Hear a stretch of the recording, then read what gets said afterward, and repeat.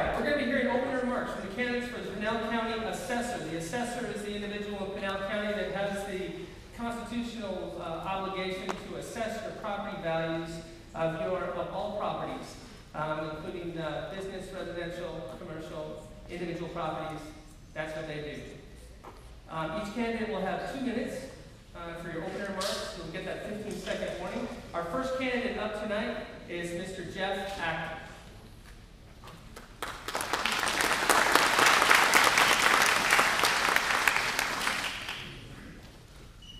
Mr. Acton, you'll have 2 minutes for your opening remarks. Begin whenever you are ready.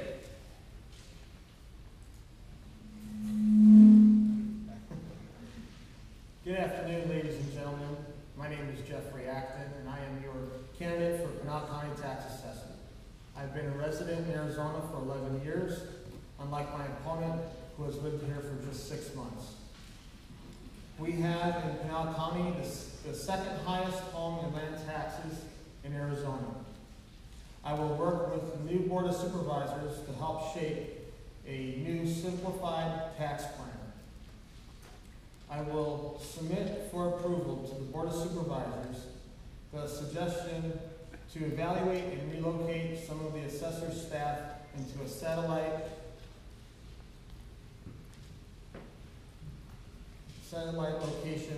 locations across the county to be more accessible and more responsive to the voter needs.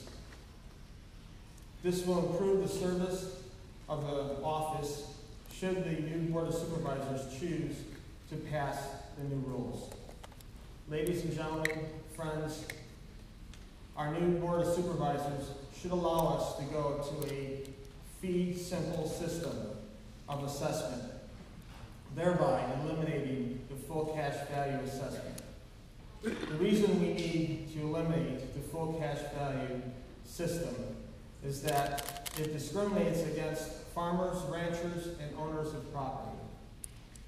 This just simplifies our tax codes and lessens the number of appeals that we see every year. Thank you. Thank you, Mr. Acton.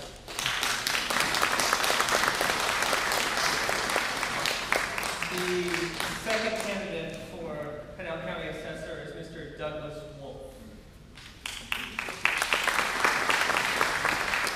Thank you all for coming tonight. It's great to see the continuing experiment in American democracy. And tonight we're all living it as we started 200 and some years ago in this great country, the United States, which I'm so fortunate to be born and lived in all my life. I've actually been a resident of Arizona for over, close to 2 years now, and I own property since 2004. I live in Santan Valley with my wife for 30 years, and I own a small business here, santanchurch.com. I have 25 years experience in real estate, in industrial and residential real estate property valuations, as a broker, as a developer. I've ran another career as a technology person in the computer database arena. And interestingly enough, when I found out the assessor's position was coming open because of retirement at the county after 27 years of a former assessor, the 2 skill sets that I have, real estate and database management, are the things that are the primary goals or functions of the office of the assessor. When I first got my tax bill in 2004 for my property here in Maricopa, I looked at it and I thought, who can figure this out? I own property in 3 different states, and I thought it was the most confusing thing I'd ever seen. When I moved here, I went down to the property, to the assessor's office and asked, could you explain some of this to me? And why isn't it on the website so I can figure out how I'm being taxed in the county for the services I get? And I was told very politely but firmly, well, we don't want to put that on the website. We want people to come down here to Florence and talk to us directly. Ladies and gentlemen, that's the negligent way of running a tax office, and I aim to change that so that everyone in this room will be able to understand their tax bill and why they're being taxed or where they are. We also have a very high tax county, and working with a new Board of Supervisors, I'm going to do my best through my office to work with the board and bring down tax rates for everybody in the county and increase economic growth to build the pie for everybody. Thank you very much. I would like to have your vote August 28th.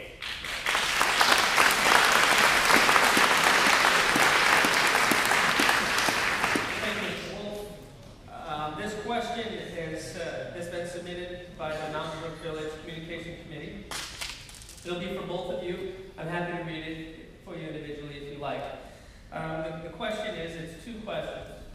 It says, how have things changed since the housing bubble burst? And are we headed back to a similar place as housing prices continue or start to rise? Mr. Acton, you're first.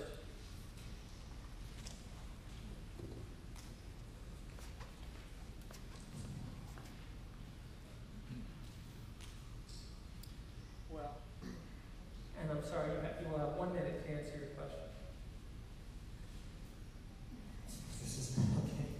Well, I believe that the housing market, which has gone up a little in the past few months this year, I don't believe that is going to stay the way it is, and I don't feel the prices are going to increase because the NRA has been hiding the fact that there are more foreclosures than what they are saying that are on the market right now. And I do feel that once later on in the year, maybe 2013, you will see a larger amount of foreclosures hit this area. I do feel that will cause values to go down, unfortunately.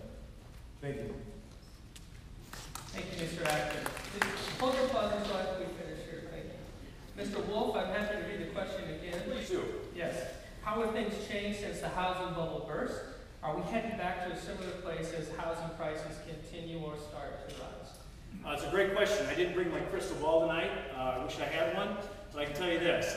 Real estate in residential properties has about a 14-year cycle, depending on how the interest rates are structured and so on, what's going on externally. If the economy is growing as it normally should, you're with the bottom of the market, or the peak was 2007. We're still heading a little bit towards the bottom. We're going to bounce along here for a few more years, in my opinion. There's a lot of market mechanisms that have been messed up by the government. We should put all the foreclosures on the market in a hurry, got them out, got them investors in there, and the values would have started rising a lot faster. Right now, we're trying to push off the inevitable in the future, but gravity always works, folks. And so we're going to have some more lean times where I think, as far as values are concerned, for another 4 or 5 years. And then when the market should normalize 2015, 2016, and we should see a normal rise here in Pinal County. Maybe faster because of all the people moving here, but no one knows for sure. And we don't know what the interest rates will be 5 years from now with the amount of money that's been printed at the federal level. Thank you. Thank you. Thank you. Again, if you could please hold our applause till after they're finished with both their questions. This is a question from the audience, gentlemen. You'll both be given 1 minute to answer this. Mr. Wolf, you will be first. You can make your way towards the podium just for time's sake. What new and innovative ideas do you have to help our heavy tax burden in Pinal County? One of the things I've been impressed about with Pinal County is the way it's been done in the past with the Board of Supervisors is they get the valuation basis from the assessor's office and they say, gee, look at all this money we have to spend, and then they set the budget. If we get 3 out of 5 at least, maybe 4 Republicans, I'm a conservative, we should be able to do it the other way around, which is we set the budget priorities, what we think we have to spend and what we're mandated to spend, and then go back the other way and say, okay, what do we have to charge the taxpayers of this for their hardworking dollars through their valuations to say what are we going to charge them for their property taxes. We've been doing it backwards, folks. It's time to change that, and we're going to get a new Board of Supervisors, and hopefully that will change. There's other things we can do policy-wise, but growing the pie is another big one. If you have a bigger pie growing, you can also help with more revenues in general to spread the burden out. Thank you. Thank you. Mr. Acton, again, the question, what new innovative ideas do you have to help our heavy tax burden in Pinal County?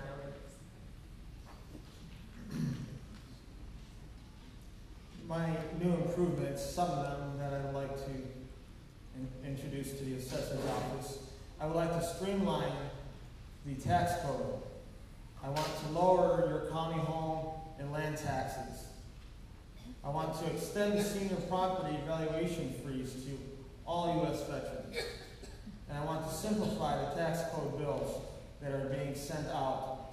They are too complicated in my opinion. Thank you. Thank you, Mr. Acton. Gentlemen, that completes the two questions, one from the Mountain Brook Communication Committee and one from the audience. This time you'll have 2 minutes to complete your closing remarks. Mr. Wolf, you are up first, going in reverse order. Thank you again, everyone, for participating this evening. I appreciate the opportunity to speak in front of this august group. If I'm elected your county assessor, I'm going to be the taxpayer's advocate in Florence. That's why we're an elected position as far as assessors are concerned. We have a bureaucracy of about 60 people down there. They do their jobs. It's our responsibility as an elected assessor to watch out for the taxpayers, do whatever we can to give you the best government, the best value, the best price. That includes giving accurate statements, getting them out on time, giving you the information you need to grow your businesses if that's what you need. If you're in the real estate development business, so you can understand what your taxes will be going forward, and basically create a business-friendly environment by every elected official in the county. And I plan to work with the economic development teams, the mayors, the board of supervisors, everybody involved, top to bottom, to make sure that our Pinal County is a friendly place to do business, which right now, folks, it's really not. We are bearing all the tax burden on the residential properties because we don't have a lot of commercial growth. And we need commercial growth here in this county for our children, our grandchildren, so they can stay and live and work in Pinal County. Now, my children are grown. I don't have that issue. They're both adults. But because I'll be your assessor, I want to keep that in mind every day when I get up. How do I lower the tax burden for the people in Pinal County? How do I grow the pie?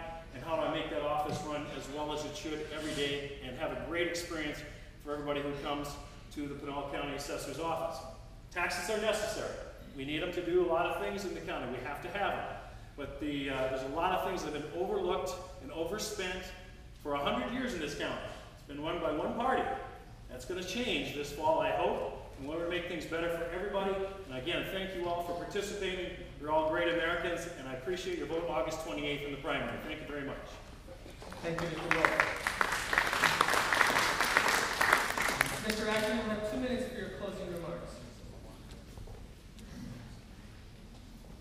First, I would like to thank everyone who made this forum happen. I will bring a new vision, a new energy, and a new discipline to the assessor's office. I will simplify our confusing tax codes. The billings that we have been receiving is over-regulated. I am a supporter of fair taxation. My opponent has lived here for only a short period of time. I have lived here for 11 years. My name is Jeffrey Acton, and my plan to reduce your county home taxes is a solid plan. Thank you for attending this forum, and I hope you will support me and vote for me on August 28th. Thank you.